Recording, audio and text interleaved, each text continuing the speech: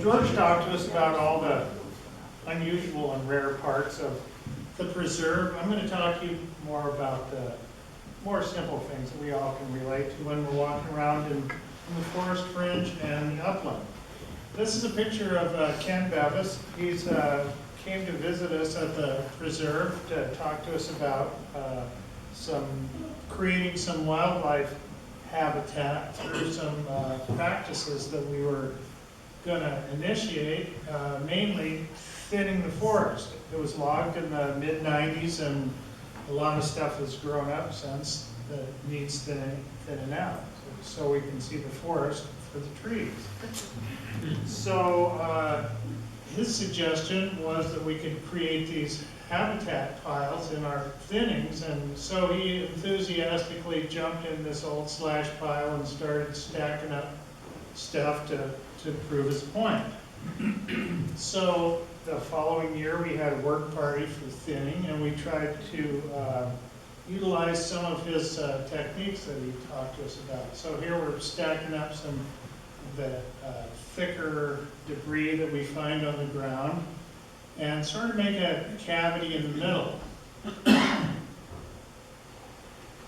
And then when we thinned, then we piled all the stuff on top of the cavity there, hoping to create a nice little hiding place for weasels, mice, salamanders, what have you.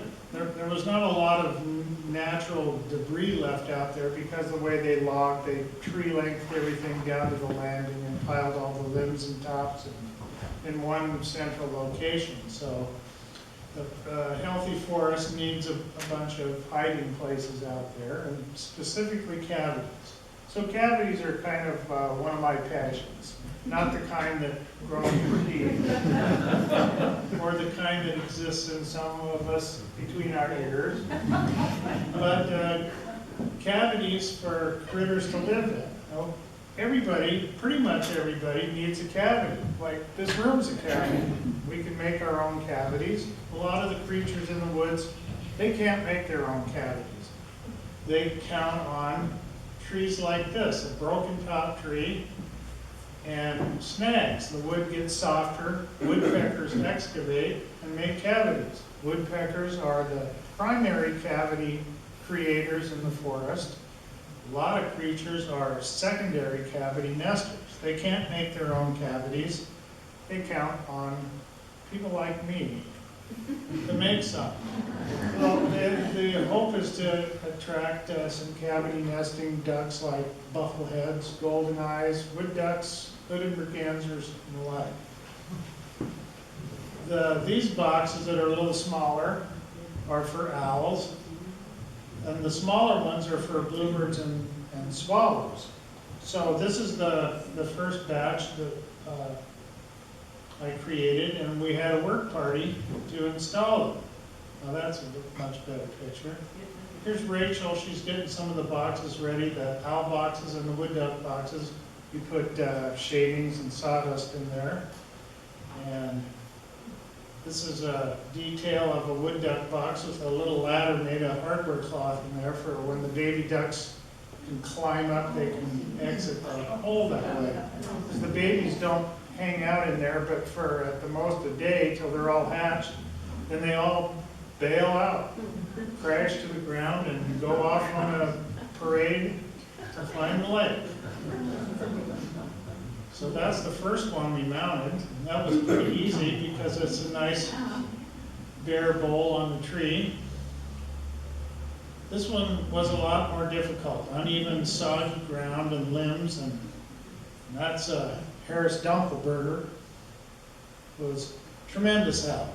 That was a tough install. Way to go. Thanks again, Harris. So there I'm putting up a flying squirrel box. And here's our conservation coordinator. She's not only a talented singer and computer whiz, but she is very versatile with wielding a hammer there to mount a box too. So I want you all to know she's just not a pretty face up here. And that's the results of her effort. There's, yeah, well, people that are walking the trails and aren't familiar, Julie wrote on the bottom what they were. So Harris is putting up a swallow box on one of the power poles along the road through the preserve. So we're hoping to get these little owls. There's Rachel putting up a owl box, and there it is. So we're hoping to get little owls like probably not boreal, but saw-whet owls, maybe a screech owl, maybe a pygmy owl would nest in those. So after the first season, it's time to check them out, see what we got. It's like Christmas. Only the present may jump out in your face, so you get to be a little careful. It was also hunting season, so I wore my red hat, so at least they'd just shoot me in the body. So there I'm peeking into the duck box, seeing what there is in there. And meanwhile, Julie's standing down there with the camera ready. And so that's the flying squirrel. Isn't that just the cutest You're supposed to be in picture? the flying squirrel, Doc. I know. Oh, he comes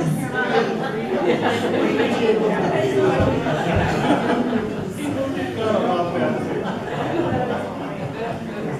too. So this is what one of the nests of the flying squirrel looks like. You can see it's composed mostly of hair and some bark strips from the brush, some chunks of the shavings from the bottom of the box, and Bryoria lichen. And Bryoria lichen, as people call it, deer moss or witch's hair, the stuff that hangs out of the trees, very much in the forest fringe at Lost Lake. They like that damp air and the Engelmann spruce. This is a flying squirrel box that had some pine grass stuffed in there and a little bit of Bryoria on the top. Some of the pine grass is rolled into balls like that, and I think Dale Swedberg told me that he thought that was something that red squirrels do, and we don't know why. Maybe easy transportation. Flying squirrel nest box. You can see some of the detail of the box. I have some flying squirrel boxes over here that are slightly different design, but the idea of this picture was actually taken by our next speakers, Chloe and Clement, that were there doing their thing and walking along, and this is in one of the swallow boxes. And so that was pretty exciting to see that. So, sort of in conclusion, what we learned just in the first year is that there's not enough cavities out there in the forest for the flying squirrels, much less have any left over for any of the other birds. It's not uncommon for years to go by before birds will discover a cavity, because they're not used to them being there, and bang, all of a sudden there's cavities everywhere. But we hope in time to have some of those cool little owls and some ducks nesting in those boxes, and some swallows too. And so I think I'll make some more flying squirrel boxes. But clearly, any sort of cavity in the woods is going to be used. Most of us that have forested property, we probably have flying squirrels. People just don't know that they do because they're strictly nocturnal.